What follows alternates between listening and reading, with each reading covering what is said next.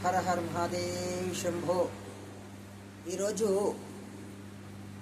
దివ్య దృష్టి కోసం, ఏకాగ్రత కోసం, మనం చూసే ఈ చూపు ముందు మనకు తెలవడం కోసం, జరిగేది తెలుసుకోవడం కోసం, త్రినేత్రం అని అంటాం కదా, మూడో కన్ను, శివుడికి మూడో కన్ను, కాళీకి మూడో కన్ను, కొన్ని శక్తికి మూడు కన్నులు ఎలా ఉంటాయో, వాళ్ళు ముందు జరిగేది జరగబోయేది ఎలా తెలుసుకుంటారో ఆ విషయాన్ని నేను మీకు చెప్తాను.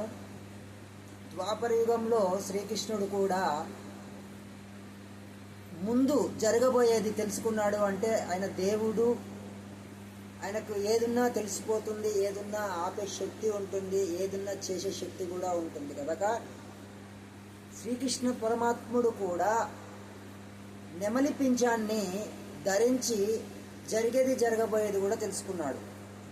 అట్లా అదేవిధంగా ఈ యుగంలో ఇప్పుడు మనం కూడా విద్య కోసం చేసే ఏ ప్రయత్నానికైనా, పిల్లలు చదువుకోవాలన్నా, జ్ఞాపక శక్తి ఉండాలన్నా, మూడో నేత్రం తెలుసుకోవాలన్నా, జరిగేది తెలుసుకోవాలన్నా ఈ నెమలి పింఛంతో ఒక రెమెడీ ఉంటుంది.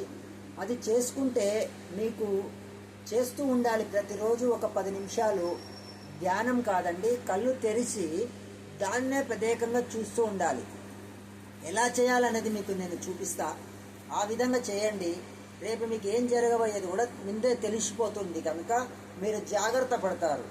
విద్య నేర్చుకునే వాళ్ళు ఏ విధంగా ఉంటారంటే, సాధన చేసేవాళ్ళు ఏ విధంగా, ఇది మనం సాధన చేసినట్టుగా, మనం దర్పణం టైప్లో ఈ సాధన చేసినట్టుగా 3 నెమిలి పించాలు తీసుకోవాలండి. ఇవి 3 ఉన్నాయి నెమిలి పించాలు. ఈ సైజ్ చాలండి మీకు. ఈ 3 నెమిలి పించాలు చేసుకొని ఈ విధంగా ఇలాగా త్రినేత్రం అంటే బిల్వపత్రి ఉంటుంది కదా, శివుడికి పెట్టే బిల్వపత్రి ఏ విధంగా అయితే ఉంటుందో అదే విధంగా ఈ 3 ఇలా కలపాలి. చూడండి, ఈ 3 ఇలా కలపాలి. కలిపిన తర్వాత కనిపిస్తుంది కదా, ఈ 3 ఇలా కలిపిన తర్వాత ప్రత్యేకంగా దీన్ని మీరు ఏ సాధన చేయండి, ఏ పూజ చేయండి, ఏదైనా చేసుకోండి. మీకు ఒక 10 నిమిషాలు టైం కేటాయించుకొని ఇది ఇలా 2 చేతులు ఇలా పట్టుకొని దీన్ని ప్రత్యేకంగా దీన్నే ఈ 3 నామాలని, 3 కళ్ళు ఉన్నాయి కదా నెమలి కళ్ళు, ఈ కళ్ళని మీరు ఈ కలర్ని, ఈ కళ్ళని ఇదే విధంగా ఈ దృష్టితో దీన్నే చూడాలి. ఏది ఆలోచించొద్దు, ఏది మనం మాట్లాడకుండా ప్రత్యేకంగా దీన్నే చూసి ఇదే చూస్తూ ఉంటే, కనురెప్ప మాత్రం కొట్టొద్దు సుమా.